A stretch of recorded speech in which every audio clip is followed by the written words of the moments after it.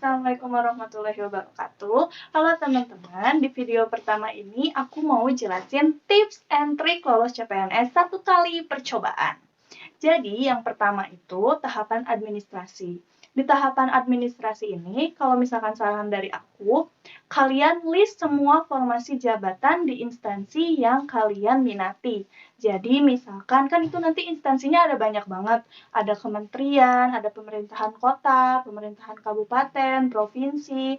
Nah, dari banyaknya instansi itu, kalian list instansi mana yang paling pengen kalian masukin. Misalkan kalian pengen banget masuk ke Kementerian Dalam Negeri atau Kementerian Agama. Atau kalau misalkan kalian mau jadi pemerintahan daerah, kalian pengen banget masuk di pemerintahan kota atau kabupaten yang domisili kalian. Nah, itu kalian list semua formasinya.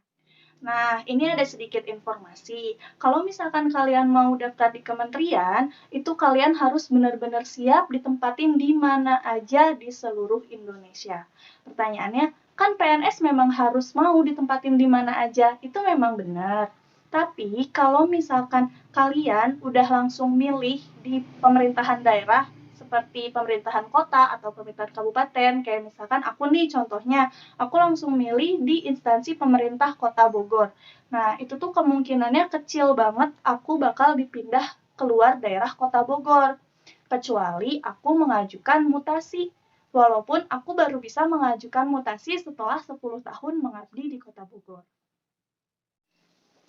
Setiap formasi jabatan di instansi itu memiliki persyaratan administrasi yang berbeda-beda, mulai dari jumlah rata-rata nilai ataupun nilai IPK, jurusan, ataupun administrasi lain seperti SKCK, surat keterangan bebas narkoba, surat keterangan sehat, psikologi, jasmani, ataupun skor TOEFL.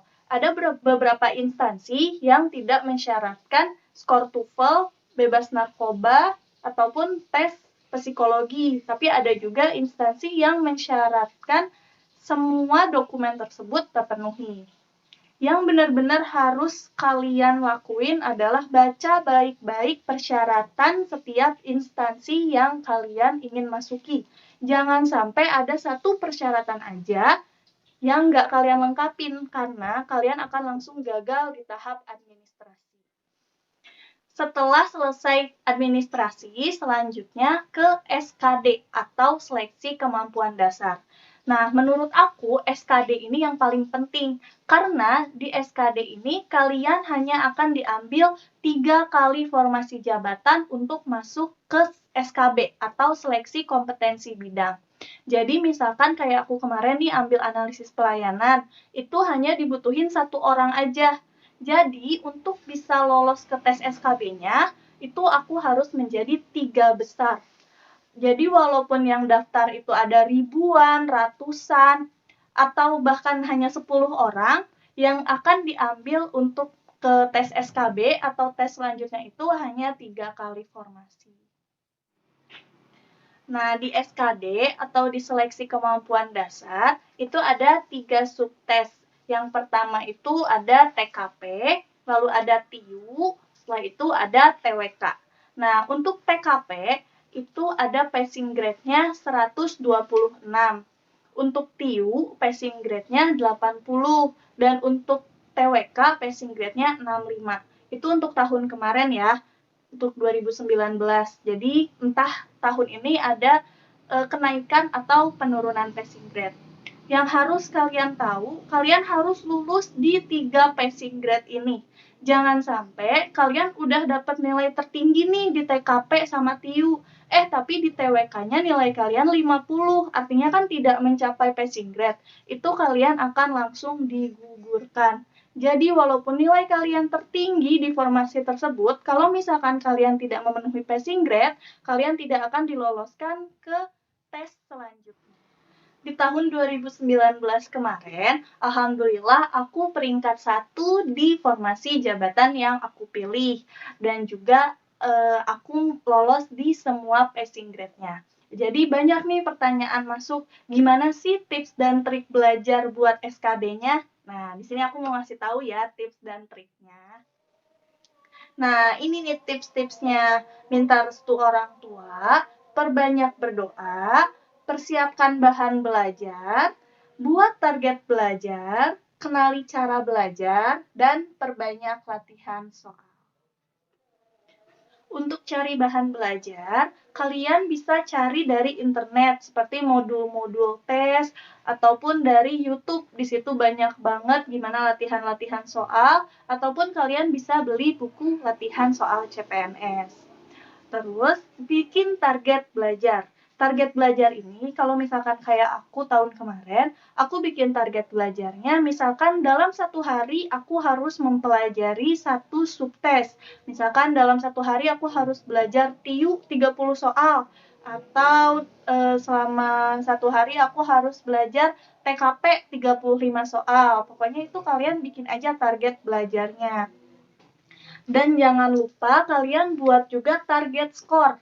Jangan sampai kalian hanya belajar, tapi kalian nggak ngebikin target skor kalian. Kalau misalkan aku tahun kemarin, aku bikin target skor aku itu 500, artinya skor penuh. Karena ketika nanti aku jatuh skornya, ya semoga jatuhnya nggak jauh-jauh banget dari skor tertinggi. Selanjutnya, kenali cara belajar kalian. Karena setiap orang itu pasti punya cara belajarnya masing-masing. Yang mungkin dia lebih enak belajar dengan cara mendengarkan, atau dia lebih enak belajar dengan cara membaca, atau lebih enak dengan cara tiduran, atau sambil jalan-jalan menghafal. Itu kan cara belajarnya beda-beda. Jadi kenalin dulu cara belajar ternyaman kalian itu kayak gimana. Terus jangan terlalu paksa diri kalian. Karena kalau misalkan kalian memaksakan diri, yang ada otak terlalu penuh dan nggak masuk gitu ke otak pelajarannya. Jadi kayak misalkan aku tahun kemarin, kalau misalkan aku udah capek, aku refreshing kayak nonton drama ataupun main-main handphone. Tapi setelahnya aku ingat lagi target belajar yang aku buat. Jadi nanti aku belajar lagi. Terakhir, perbanyak latihan soal. Nah, untuk perbanyak latihan soal ini, kalau misalkan saran dari aku, tahun kemarin itu kan 100 soal SKD dikasih waktu selama 90 menit. Jadi, kalau misalkan menurut aku, selama kalian latihan soal, kalian harus pakai stopwatch atau penghitung waktu agar kalian tidak melebihi batas waktu yang ditentukan. Jadi, kalian selama belajar itu anggap aja kalau kalian itu lagi tes SKD beneran. Jadi, ketika nanti kalian tes, kalian udah nggak akan diburu-buru waktu lagi, karena selama kalian latihan, kalian udah mengestimasikan agar selesai selama 90 menit. Lalu setelah kalian selesai latihan soal, saran dari aku, langsung kalian nilai sendiri. Jadi untuk TIU dan TWK itu, kalau misalkan benar, poinnya 5. Tapi kalau misalkan salah, itu poinnya 0. Tapi kalau untuk TKP, itu tidak ada poin 0. Jadi semua jawaban itu bernilai mulai dari 5, 4, 3, 2, 1. Nah, kalau misalkan jawabannya paling benar, untuk TKP itu akan diberi poin 5. Tapi kalau misalkan jawabannya paling salah, itu poinnya 1.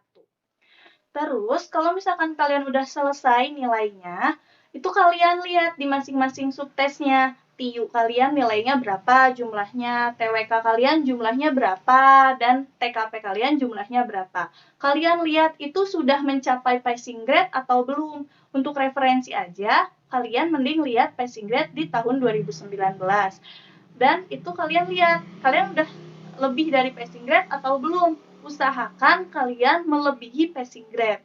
Dan seperti kata aku sebelumnya, usahakan kalian targetnya itu poin sempurna atau 500. Jadi, kalian tidak akan langsung berpuas diri. Misalkan kalian ngerasa, aku benernya udah banyak kok, aku nggak mau latihan soal lagi. Kan kalau misalkan kayak gitu, rugi sendiri kan, tidak ada banyak referensi soal.